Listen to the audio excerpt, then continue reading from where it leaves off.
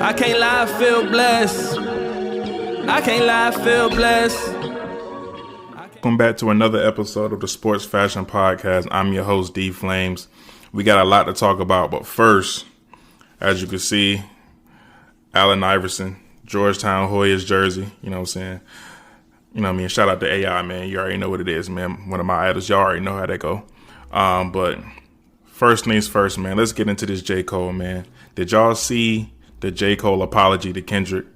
I mean, I've seen a lot online. A lot of people are having their opinions about this. I've been asked a couple times, am I going to talk about it? So I guess I'll give my opinion here on the platform.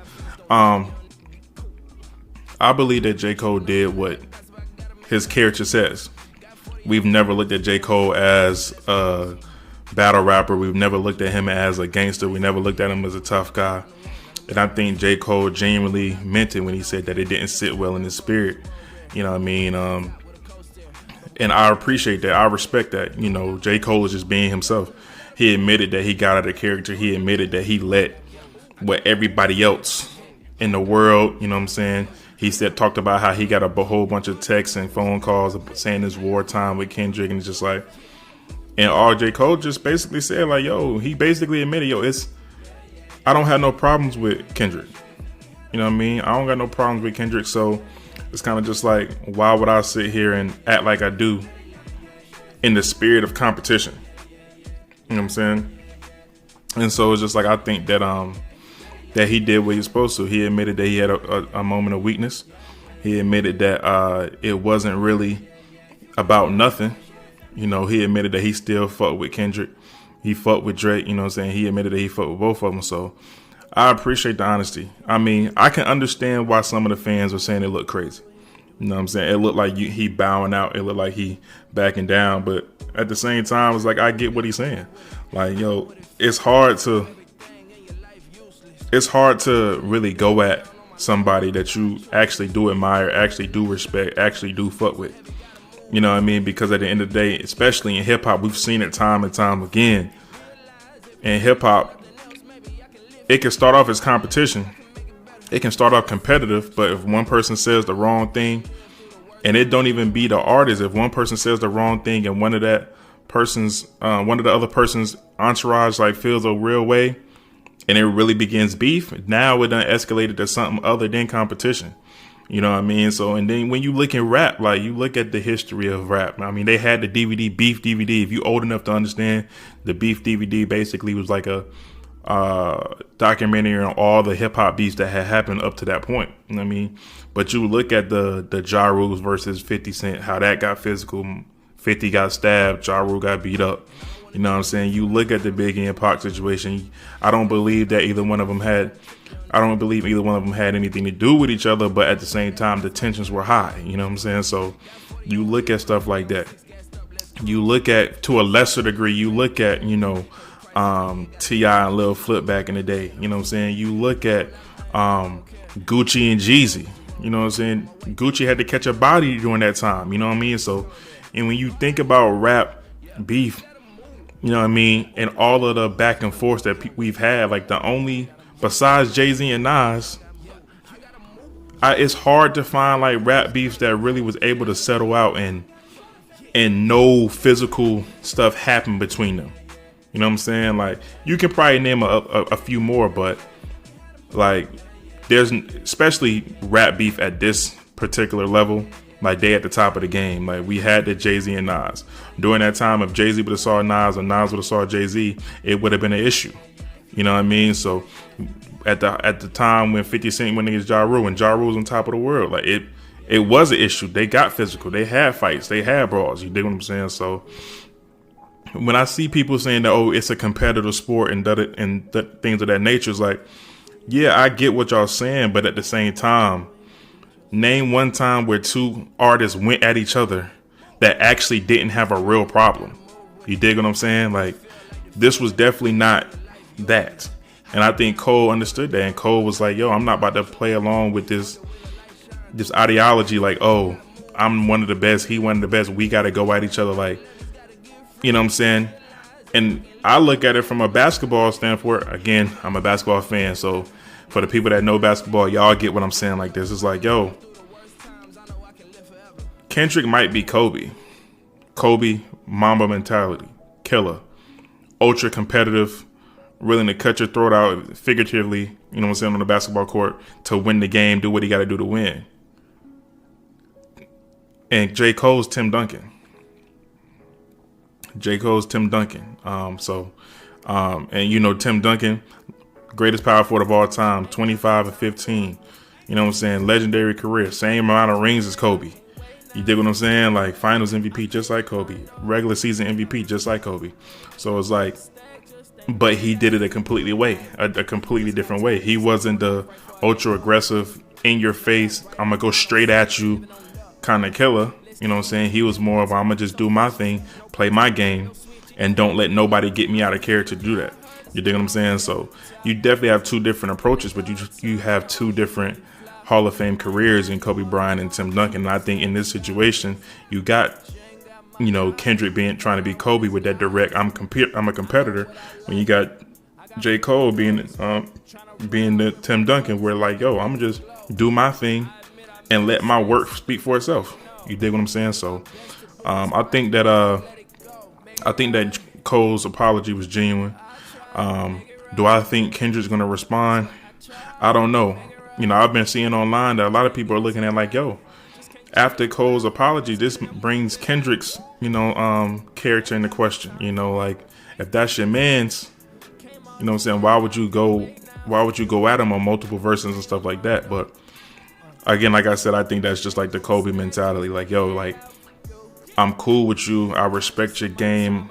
I love you. But at the same time, I mean, we saw in the Redeem Team documentary what Kobe did to Pau Gasol in the Olympics, and that was his brother. You know what I'm saying? So I just think that's Kendrick's mindset for sure.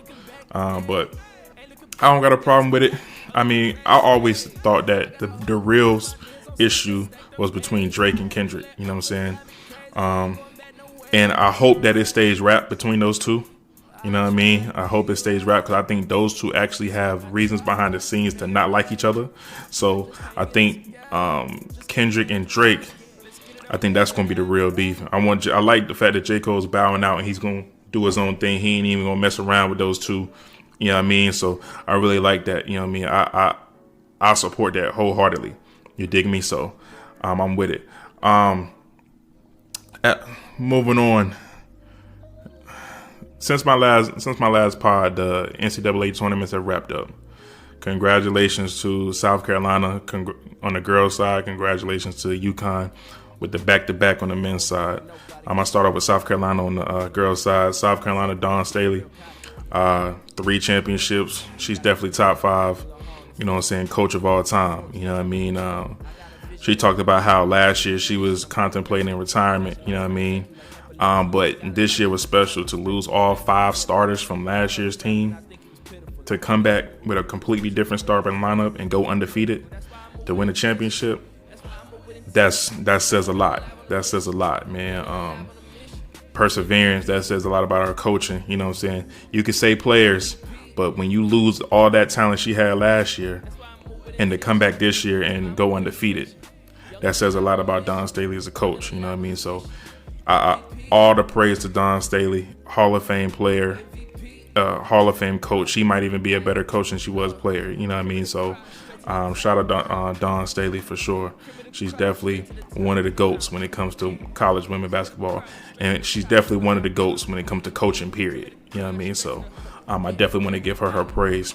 On the men's side, shout out to UConn, man. Shout out to UConn, man. I think the last team to repeat as champions was Duke in like 93 and 94. Or is it 90? It's either 91 and 92 or 92 and 93. It's one of the two. But that's back when they had Grant Hill, Christian Laettner, Bob Hurley. Y'all know I'm a Duke fan, so y'all know what it is. You know what I mean? But shout out to UConn, man. Back-to-back champs. That's not easy to do, especially where the coach was. A couple of years ago, I saw a quote back in 2020 where the coach said, you know, the rest of the country better get them right now because UConn was coming. And lo and behold, a few years later, here we are, UConn back-to-back champions. So I think that that's a testament to his coaching. That's a testament to his belief in his players. That's a testament to the hard work that the UConn program has put in. That's a testament to just seeing the course. I think that we're seeing a change in college basketball. I think that the upperclassmen in college basketball are coming back and being more important. I know that since the one and done deal, especially on the men's side, especially the one and done deal, one and done has been dominating college basketball. But as of lately, you've seen teams that have a couple upperclassmen to really rally the troops, to really lead them, to calm the team down when they need to be the ones that get important buckets. I definitely believe that. You know what I mean? I definitely believe that they're definitely doing that. They're going in that direction where the upperclassmen are starting to have more importance. You know what I mean?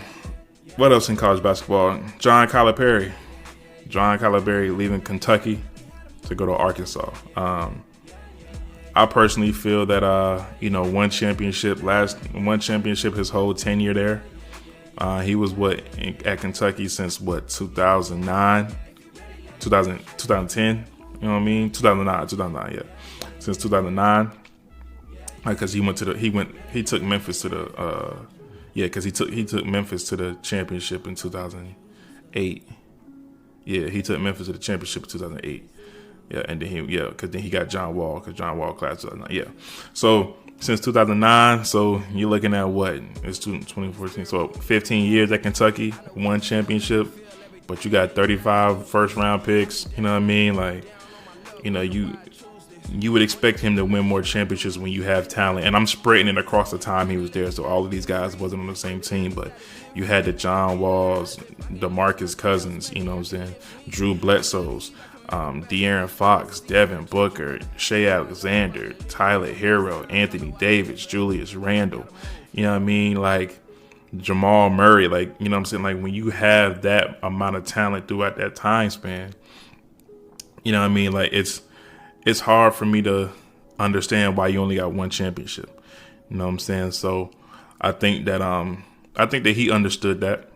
Obviously, the deal that they had, they couldn't fire him, they couldn't release him, or they was going to owe him like $33 million, dollars.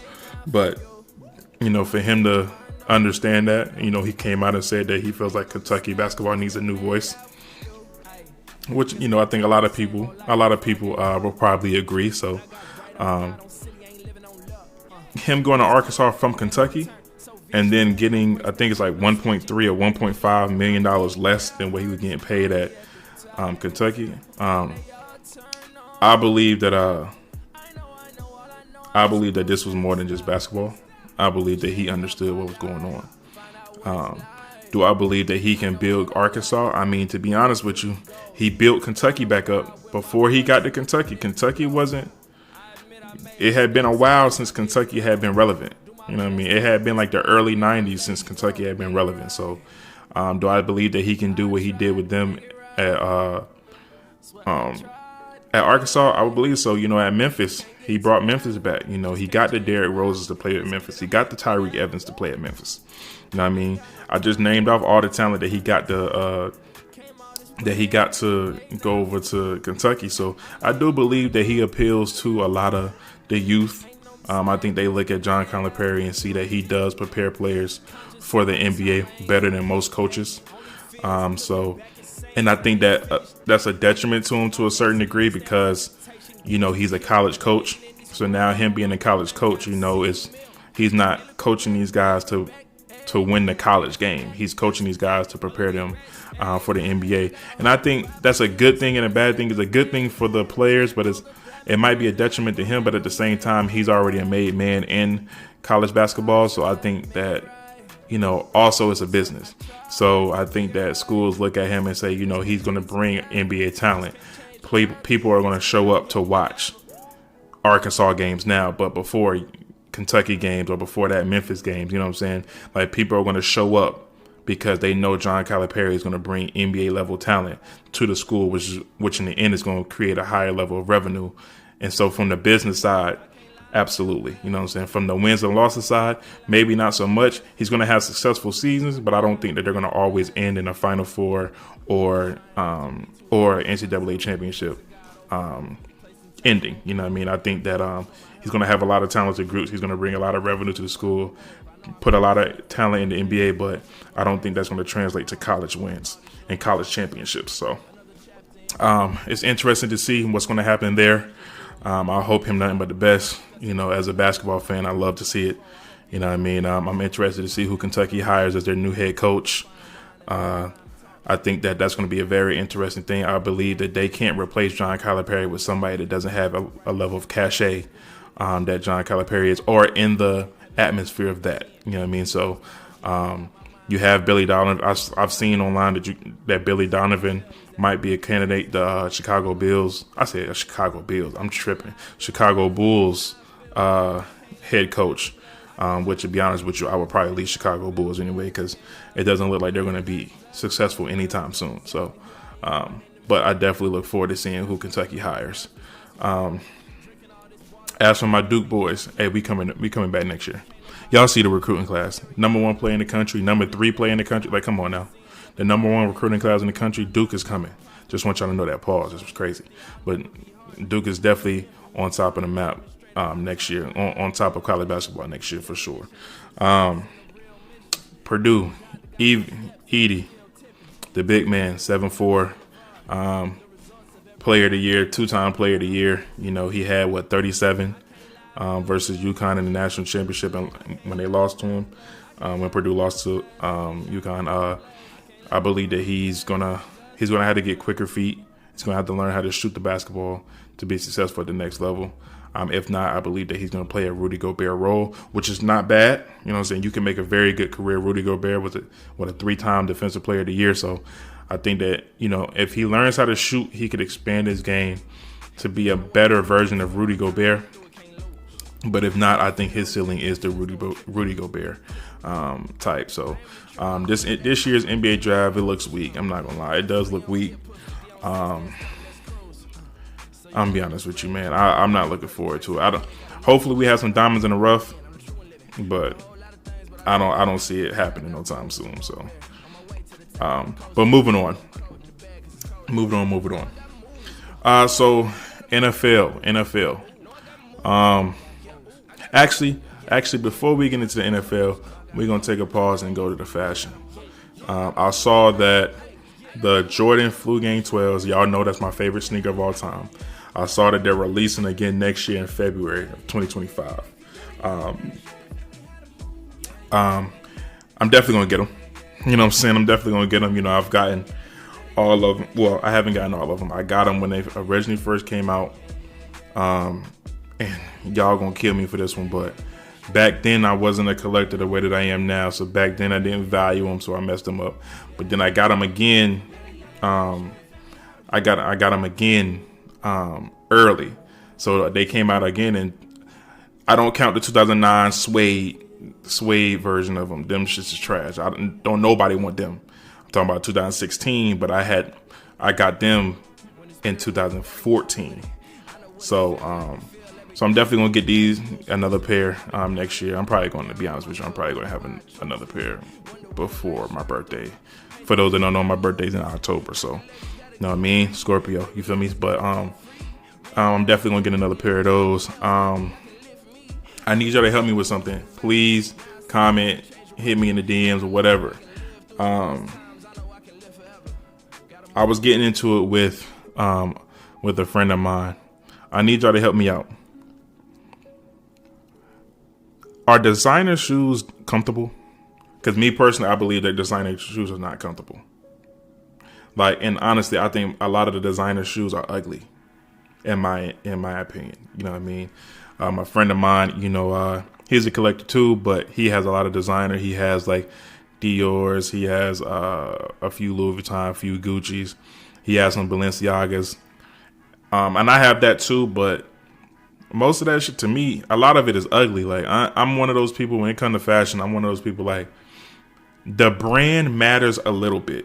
You dig what I'm saying? If y'all like the brand matters a little bit, but it's like I don't buy stuff just for the brand. Like, you know what I'm saying? Like, I buy stuff that I believe would look good, even if you took like example, like a Nike Tech. A Nike Tech, if you take the Nike off of it, to me, it's still a fire ass sweatsuit. You dig what I'm saying? Like, that makes sense.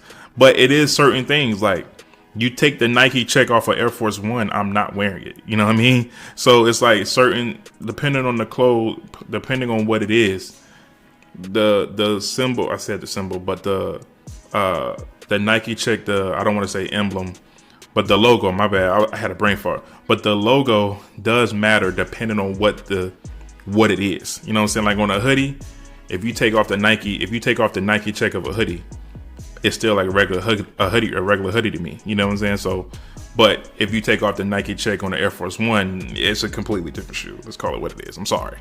But I need y'all to answer that to me, man. Do y'all think that most of the designer shoes look good, or do you believe a lot of people are just getting them just because they designer? You know what I mean? So, me personally, I believe that a lot of them are ugly. I ain't fucking with them. You know what I mean? So, but y'all tell me what y'all think. You know what I'm saying? Also, moving forward with the podcast. If you want to get on the podcast, please hit me in my DMs. Do not text me. If you have my number, don't text me. Don't call me. Don't send a message to somebody that knows me. If you want to go on the podcast, please hit me in the DMs. Please hit me in the DMs. On Instagram, DeeFlamez, flames with a Z, _ So DeeFlamez _.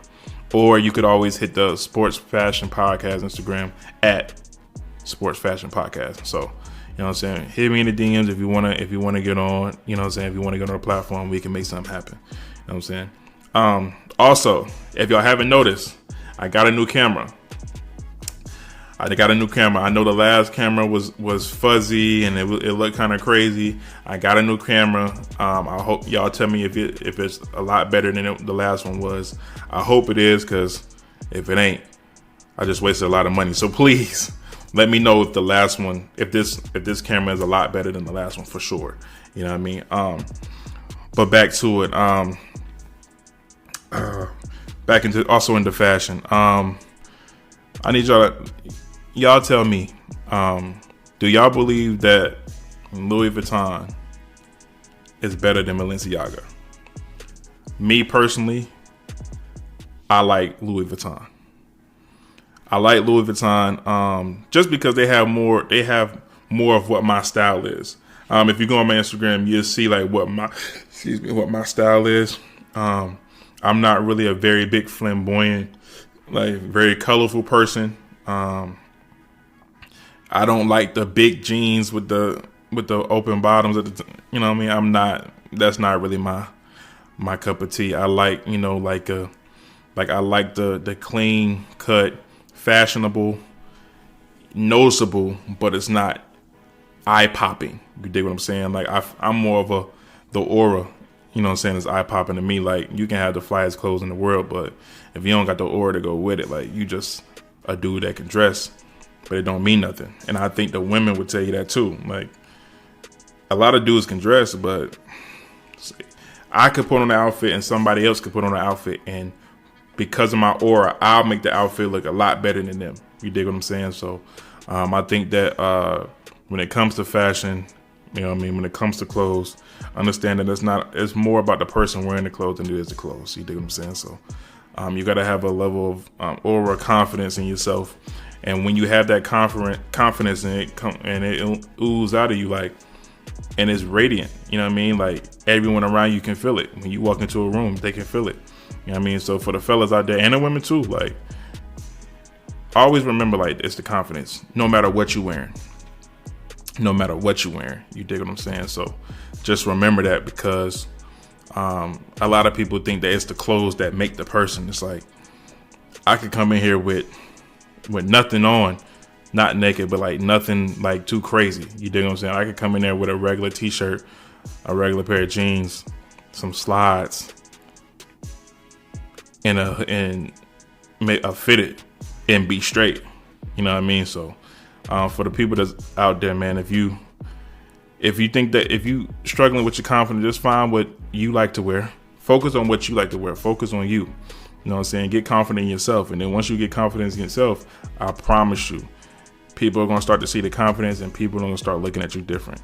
People are going to start looking at you different, for sure. But moving right along, I just had to say that because, you know, that's my little motivation for the day. You know what I'm saying? That's my little motivation for the day. Moving right along, though. They're coming out with a Joker 2. The movie, The Joker 2. I see Lady Gaga is playing Harley Quinn. I am not excited. I'll be honest with you. I'm not excited at all. I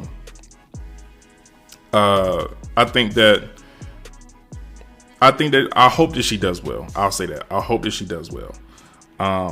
But I don't know if this role is meant for her. I don't know if this role is meant for her. I'll be honest with you.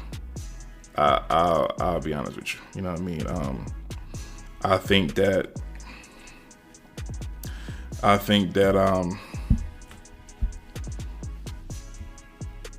DC did a horrible job with Batman. I'll be completely honest with you. I think that DC did a horrible job with Batman. You have Ben Affleck. He did all the Batman versus Supermans and stuff like that.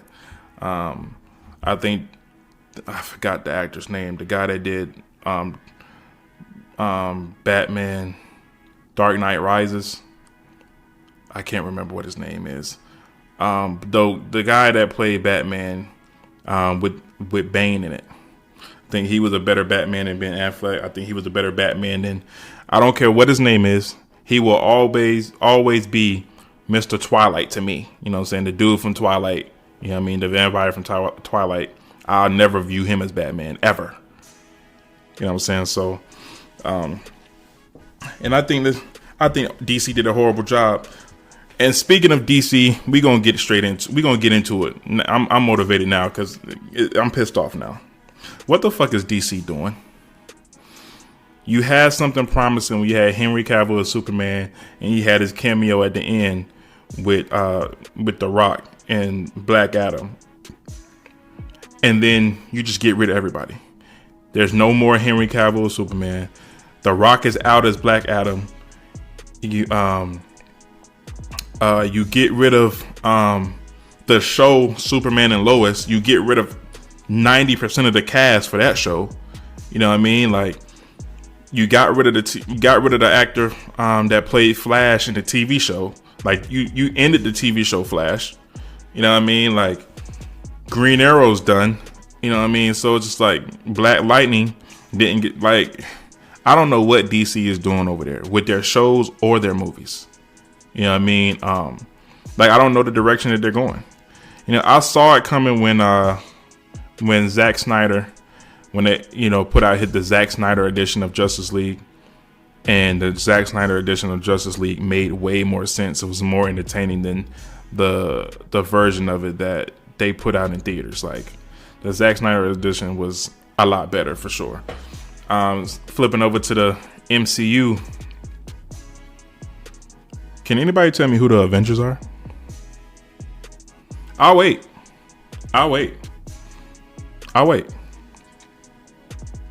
Because I don't believe, like, when I look at it, Thor Love and Thunder, that shit was trash. You know what I mean? That shit was trash. There's no more Black Widow. There's no more, I mean, we have Captain America, but, call him Captain Falcon, whatever. There's no more Loki. The actor for Loki said that he's done after 14 years. So there's no more Loki. The actor that played Bucky, there's no more Bucky. So it's like, when you look at like, who's left? Shang-Chi, respectfully, I noticed some fans out there. There's some Shang-Chi fans out there. I didn't like the movie. Okay, don't kill me, but I did not like the movie. The movie was fucking terrible. You dig what I'm saying? So, but you got Shang-Chi. Who else? You know what I'm saying? I mean, I guess you still got Spider-Man. You know what I'm saying? The last one was cool. I mean, I guess you still got Spider-Man. I guess they're gonna go into the multiverse and pull people from others. You know what I mean? You got Captain Marvel. And I do think that Marvel is expounding on the multiverse. Like, you know, at the end of Captain Marvel, how the little girl who grew up, Captain Marvel's goddaughter or niece or whatever, how she gets trapped in the other dimension where her mom and the person that looks like her mom's doppelganger in that dimension is Captain Marvel. You dig what I'm saying? And it goes back to the Doctor Strange movie where he was at the I forgot what they called him, where Professor X was there, the black girl for Captain Marvel was there.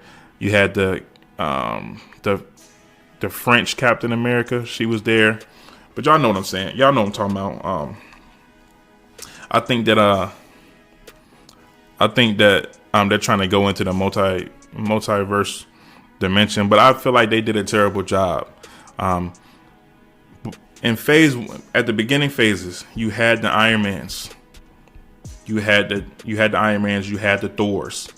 You know what I'm saying? You had the Incredible Hulk. I get it, different actor from it. You know what I'm saying? Incredible Hulk in 2008. I get it, but you had the movie. You know what I'm saying? And so they had to build up. You know what I'm saying? Of the Avengers. You know, the first cameo of Nick Fury with the Avengers Initiative folder on his desk at the end of one of the movies.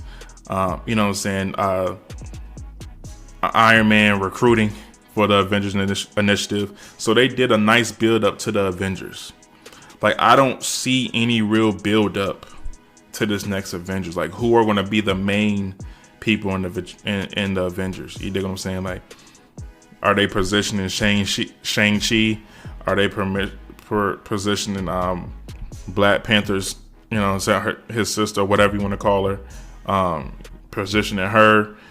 Are they going to bring back Thor, who's off in space with his now daughter that is immortal? You know what I'm saying? Like,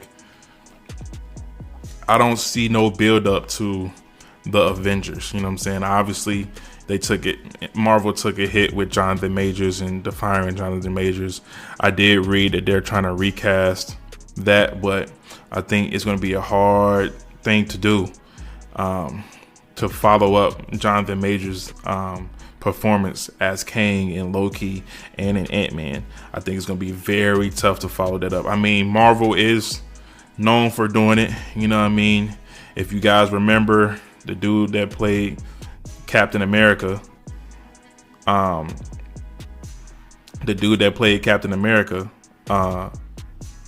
he also played Flame On in one of the Fantastic Fours. But then also Michael B. Jordan, who played Killmonger in Black Panther, also played Flame On in one of the Fantastic Fours. So, you know, you got people that obviously have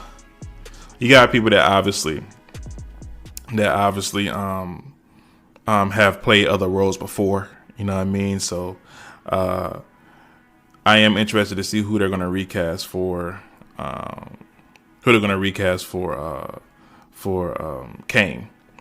Hopefully they recast somebody that's talented, because I don't want to see a significant drop off, because that could make or break the Avengers and Marvel universe, to be honest with you. But I do believe that they're going to recast and hopefully continue with the storyline that they have. But I am confused on who they're building up to be the next Avengers. Who's going to be the leaders? They built up Captain America and Iron Man to really be the leaders of the Avengers the first time. So this time around, I am interested to see who they're going to push to be that leader. Who's going to be the push to be the main person? I had faith in Spider-Man. I don't know anymore. The third one was kind of iffy to me. It was still good, but I don't know if I'm ready, if I can look at him. And when I say him, I mean Tom Holland, his character. If I can look at Spider-Man as the leader. You know, he's so young. Maybe Doctor Strange. Maybe. Thor. They're ruining Thor's character. I mean, the Hulk, jeez, you know, if you watch She-Hulk, and I hate that I did. If you watch She-Hulk, it's rough. So you know, I think they haven't really shown who's going to be the leaders. Maybe Falcon, you know what I'm saying? Maybe Falcon, you know, now that he's took on the Captain America, you know, shield and everything like that. But I don't see that happening. I don't see that happening at all. So I'm definitely worried about both. I am excited about the next Deadpool. I think the new Deadpool is coming back. It's going to be really good. I'm excited to see Hugh Jackman as X-Men. I say X-Men as Wolverine again. That's going to be good. You know, he took a break and went to Broadway and did shows on stage in Broadway. So for him to come back as Hugh Jackman, I say, geez, I'm having a hard time. For him to come back as Wolverine, I think is dope, and I'm looking forward to that movie for sure. What else we got? NBA playoffs. We shaping up. Shout out to Anthony Edwards from the Minnesota Timberwolves. He just had 51 last night against Washington Wizards, man. Hey, Edwards is going to be a problem. He's going to be a problem, man. I just had to throw that in there because, you know, I just thought about it. You know what I mean? Shout out to Anthony Edwards. For sure. Moving forward, though, you know what I mean? I think that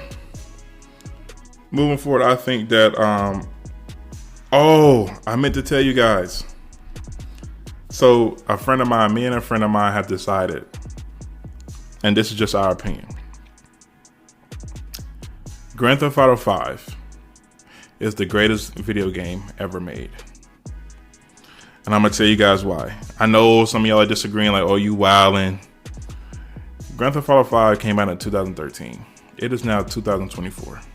And people are still playing it and finding new things to do and figuring out stuff that they didn't know before. It is also one of the highest streaming games in the world. And it's 11 years old. There's no game, by the numbers too, there's no game that has a longevity that has had such longevity as Grand Theft Auto 5. So, with that being said, I believe that Grand Theft Auto 5, and I think I came into agreement with a few of my guys, Grand Theft Auto 5 is the greatest game ever made. Also, Grand Theft Auto 6. Hey, Rockstar, let me holler at you, Rockstar. Rockstar, what are y'all doing? If I hear y'all pushing Grand Theft Auto 6 back, I'm going to be 50 by the time y'all drop it. I ain't got time for this. Get it together, Rockstar. Get it together. I mean, but also I know y'all going to keep dropping stuff for GTA 5 online, so keep doing that. But come on, we need that GTA 6, man. It's been way too long. Way too long. And please don't let it be a letdown. I think the whole world is waiting for GTA 6. You got people that were 10 when GTA 5 came out. They 21 now.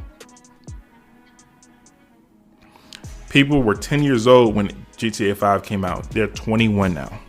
11 years. Come on, Rockstar. And I know y'all sprinkled Red Dead Redemption in there. I know y'all sprinkled that in there too, but come on, Rockstar. Come on. You know what I mean? Like, but I definitely had to throw that in there. I had to. My fault. I had to. But for those that's watching, man, I really appreciate y'all coming through, man. This is gonna be a shorter episode than usual, only because I have I guess coming through the pod tomorrow. So, or excuse me, tomorrow as when I record this. But by the time y'all see this, I would have already recorded that episode as well. I'm looking forward to that. So please stay tuned to that. As always, man, if you want to get in touch with me on Instagram, DeeFlamez_, DeeFlamez_ on Instagram, or Sports Fashion Podcast on Instagram. Sports Fashion Podcast all together on Instagram. Please hit me in the DMs there, man. Please also follow me, but also subscribe to the YouTube channel DeeFlamez on YouTube. DeeFlamez on YouTube, or you could always look up Sports Fashion Podcast on YouTube and it'll pop up there. I appreciate all of you guys' support. If you made it to this part of the video, or to this part of the audio, and I don't know because I'm about to ask a question. I want y'all to let me know what the answer is. Is Kobe Bryant the Lakers' all-time leading scorer? Now, I don't know who made it to the end of the video, because then you know the answer to that, and you actually send me the answer. But other than that, man, I appreciate all of you guys, man. Thank you for your support. Thank you for being here with me. Like I said, this is episode 6. I'm doing all this by myself, and so it's definitely been a learning experience as far as getting stuff together, getting the things that I need. I'm enjoying every minute of it. I want to appreciate all you guys once again. Thank you so much for tuning in. Until next time, I'm gonna holler at y'all. Stay blessed, and remember, one of my favorite quotes: it's not selfish to think about yourself. You got to take care of yourself first before you can help anyone else. So always remember to put yourself first. And I'm going to leave y'all with that. Again, wrapping up episode 6, Sports Fashion Podcast. Again, I'm your host, DeeFlamez, and I catch you guys in the next one. I'm a holla. I can't lie, I feel blessed. I can't lie, I feel blessed. I can't lie, I feel blessed.